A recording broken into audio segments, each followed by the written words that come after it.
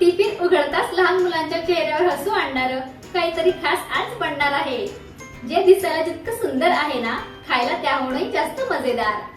तर hello friends, स्वागत आहे तुमचं आपल्या वंशिका क्रेविंग चॅनल मध्ये.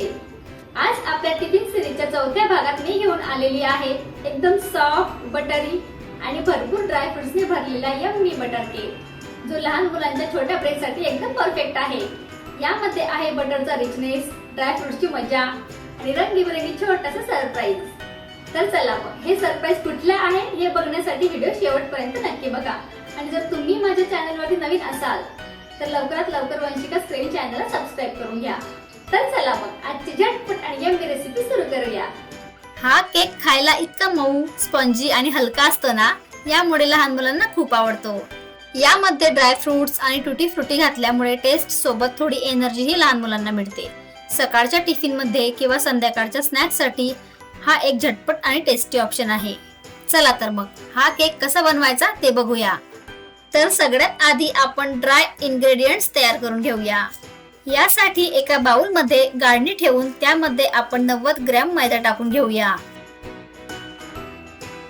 आणि 10 ग्रॅम इथे मिल्क पावडर टाकून घ्यायची आहे. यानंतर 10 ग्रॅम कॉर्नफ्लोअर टाकून घ्यायचं आणि यानंतर 1 टीस्पून आपल्याला इथे बेकिंग पावडर टाकून घ्यायची आहे. आता हे सगळे ड्राय इंग्रेडियंट्स आपण एकदा व्यवस्थित मिक्स करून घेऊ, जेणेकरून सगळं इव्हनली कंबाईन होईल आणि बेकिंग पावडर सगळीकडे नीट स्प्रेड होईल. ही छोटी स्टेप खूप इम्पॉर्टंट असते, कारण यामुळे केकचं टेक्स्चर एकसारखं आणि फ्लफी येतं. आता हे मिश्रण थोडं बाजूला ठेवूया आणि आता आपण वेट इन्ग्रेडियंट बघून घेऊ.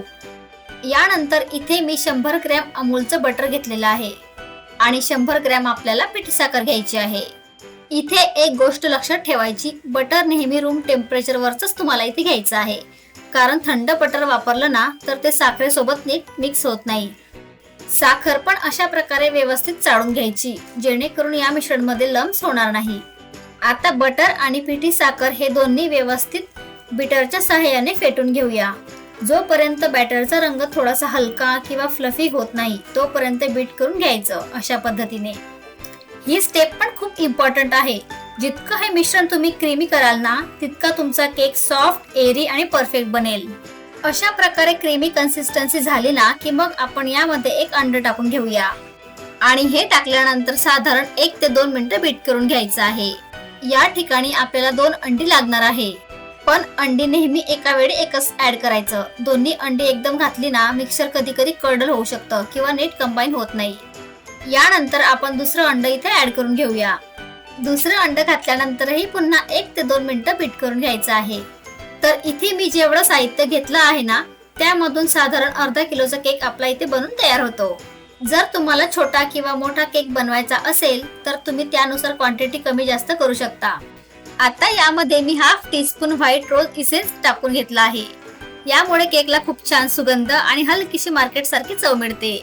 इथे तुम्ही तुमच्या आवडीनुसार दुसरं कोणतंही इसेन्स वापरलं तरी चालेल. आता हे बॅटर मस्त असं सगळं मिक्स करून घ्यायचं आणि बीट केल्यानंतर यामध्ये सगळे ड्राय इंग्रेडियंट्स टाकून घ्यायचे. आता हे मिश्रण आपण स्पॅच्युलाच्या मदतीने मिक्स करून घेऊया. इथे पण एक गोष्ट लक्षात ठेवायची, हे मिक्स करत असताना इथे बीटर वापरायचं नाही, कारण जास्त बीटिंग केल्यामुळे बॅटर मधली हवा निघून जाऊ शकते आणि केक हार्ड किंवा टेन्स होऊ शकतो. म्हणून स्पॅच्युलाच्या मदतीने हे बॅटर हलक्या हाताने कट आणि फोल्ड मेथडने मिक्स करायचं आहे.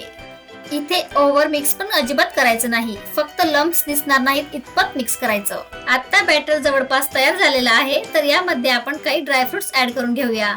तर इथे मी थोडे चॉप केलेले बदाम आणि काजू टाकून घेतलेत. यानंतर थोडी टुटी फ्रुटी ऍड करूया. टुटी फ्रुटी घालण्याआधी लक्षात ठेवायचं, त्यामध्ये थोडासा मैदा कोट करून घ्यायचा. यामुळे बेकिंग करताना टुटी फ्रुटी बॅटरच्या तळाला बसत नाही आणि केक मध्ये सगळीकडे इव्हनली स्प्रेड होते. आणि 1 टेबलस्पून इथे रूम टेम्परेचर वरचं दूध टाकून घ्यायचं आहे. हे सगळे ड्रायफ्रुट्स टाकल्यानंतर पुन्हा हलक्या हाताने कट आणि फोल्डच्या मेथडने मिक्स करून घ्यायचं आहे. या स्टेजवर बॅटर जोरात ढवळायचं नाही, नाहीतर बॅटरची सॉफ्टनेस कमी होऊ शकते. फक्त ड्रायफ्रुट्स आणि टुटी फ्रुटी सगळीकडे नीट स्प्रेड होतील इतपतच मिक्स करायचं.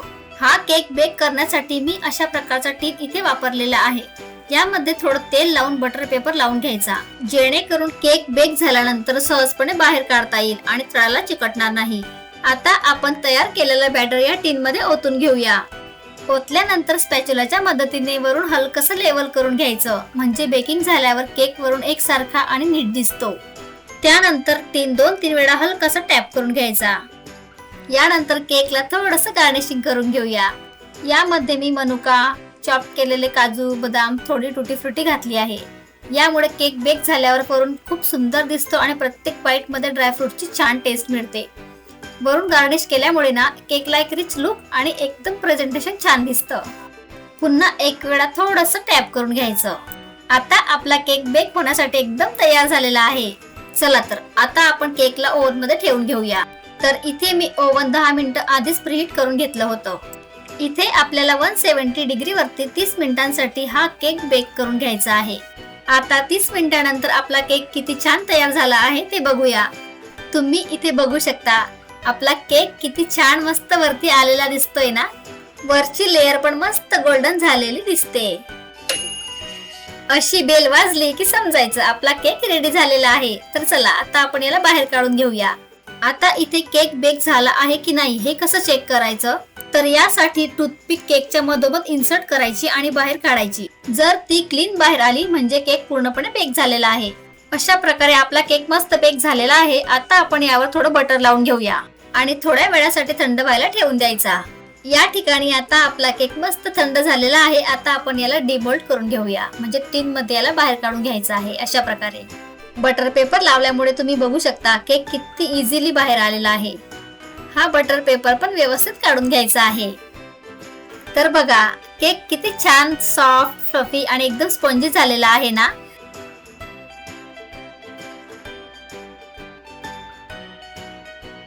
तर चला आता आपण केक कट करून बघूया. केक कापताना किती सॉफ्ट वाटतो हे तुम्ही बघू शकता. नाईफ अगदी सहज आत जात आहे, म्हणजेच केक आतून एकदम परफेक्ट बेक झालेला दिसतोय. आणि ही केकची स्लाइस बघा किती सुंदर फ्लफी, सॉफ्ट आणि स्पॉन्जी टेक्स्चर आलंय ना. आतमध्ये ड्रायफ्रुट्स आणि टुटी फ्रुटी सगळीकडे किती छान इव्हनली स्प्रेड झालेले आहेत. तुम्ही पण ही रेसिपी घरी नक्की ट्राय करून बघा. जर तुम्हाला आजची रेसिपी आवडली असेल तर लाईक करा, शेअर करा आणि कमेंट करायला विसरू नका. पुन्हा भेटूया अशाच एका यम्मी रेसिपी सोबत. तोपर्यंत take care and good bye.